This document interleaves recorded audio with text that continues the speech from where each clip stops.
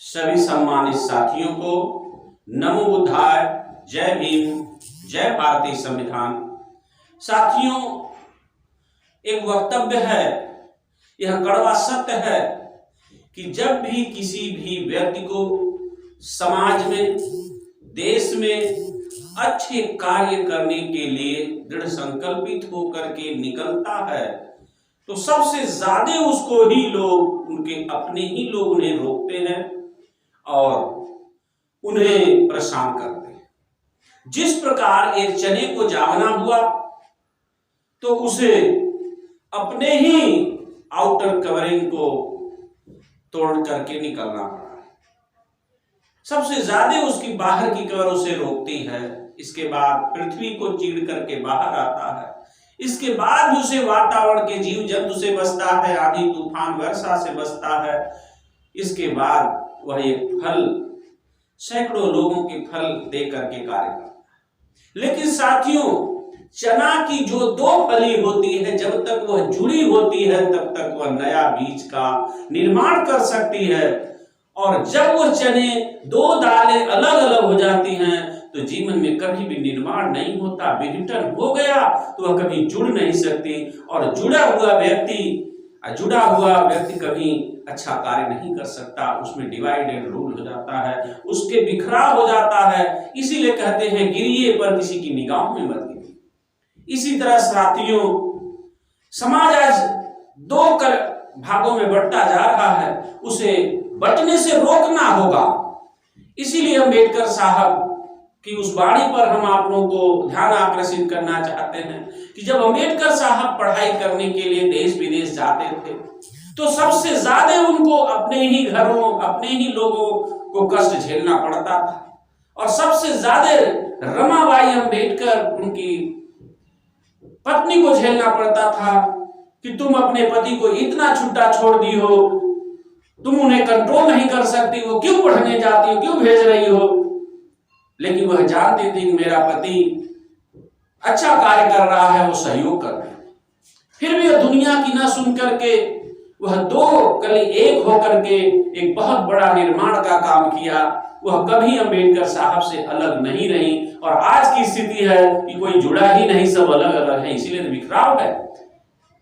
और जब पढ़ करके डिग्री लेकर के आए तो समाज के लोग उसे स्वीकार नहीं रहे, अपने ही नहीं स्वीकार रहे कि बहुत पढ़ के आए हैं, बहुत बड़ी बातें कर रहे हैं, हमारे भाग्य भगवान से दूर करोगे, हमारे लोगों से दूर करोगे, हमारे ईश्वर से दूर करना चाहते हो, ये पढ़ाई तुम्हारे किसी काम की नहीं है, तुम गलत बोल रहे हो। आज भी होता है कि कोई पढ़ा लिखा किसी गरीब को समझाता है कि ये गलत है तो मानने तैयार नहीं। ये हालात उस समय भी थे अम्बेडकर साहब के समय। तो अम्बेडकर साहब ने कहा कि यह बड़ा ही अनर्थ है, इतना पढ़ाई करने के बाद भी यह समाज नहीं समझ रहा, इसकी आंखों पर मोतियाबिंद हो गया, पट्टी है, इस मोतियाबिंद की पट्टी का ऑपरेशन करना पड़ेगा। तब अम्बेडकर साहब ने कहा, भाइयों तुम्हारे भगवान है, मुझे भी पता है, मैं सोच रहा था मैं ही गलत हूं, चलो तुम लोगों के भगवान के साथ मैं भी दर्शन करता हूं, और तब पता चल जाएगा कि हमारे भगवान हैं कि किसी और के हैं। तब अम्बेडकर साहब ने जितने भी समाज के अछूत सछूत, समाज के बैकवर्ड समाज के लोग थे, तो एक मंदिर में प्रवेश करने गए जिसे काला राम मंदिर कहते हैं। जब वहां प्रवेश करने जाते हैं तो इनके जाते ही वहां का गेट बंद हो जाता है, और गेट बंद होता है और इन सभी अछूत और सछूतों पर, बैकवर्डों पर, शूद्रों पर गुम्बे और पत्थर से पथराव होता है, किसी सर टूटता, किसी पैर टूटता, किसी सर फूटता है। जब सभी लोग का सर फूटता है तब लोगों को पता चला कि अम्बेडकर साहब सही कह रहे हैं।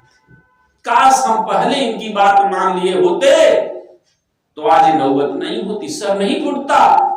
आज भी यही हाल है कि अम्बेडकर साहब की बात तब लोग माने जब सबका नुकसान हुआ, किसी सर टूटा, किसी पैर टूटा।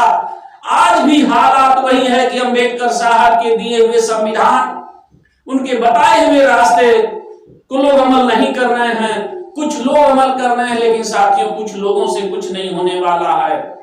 हर चीज का टूट हर बहुमत होता है। इसीलिए साथियों आज भी यही हालात है, पहले भी था, आज भी है कि आज भी लोग पढ़े लिखे सही बोलने वाले का साथ नहीं दे रहे हैं और इसीलिए वह धोखे में होते जा रहे हैं, उनका हक अधिकार के छीनता जा रहा है। वही छीन रहा है जिसे वो अपना समझते, जो अपना था ही नहीं उसे अपना समझते हैं, जो अपना पढ़ा लिखा राय देता उसे अपना ही नहीं समझते। यह सबसे बड़ी विडंबना है। इस विडंबना को आपके सामने दिखाया जा रहा है कि किस तरह से अम्बेडकर साहब इस तरह से किए।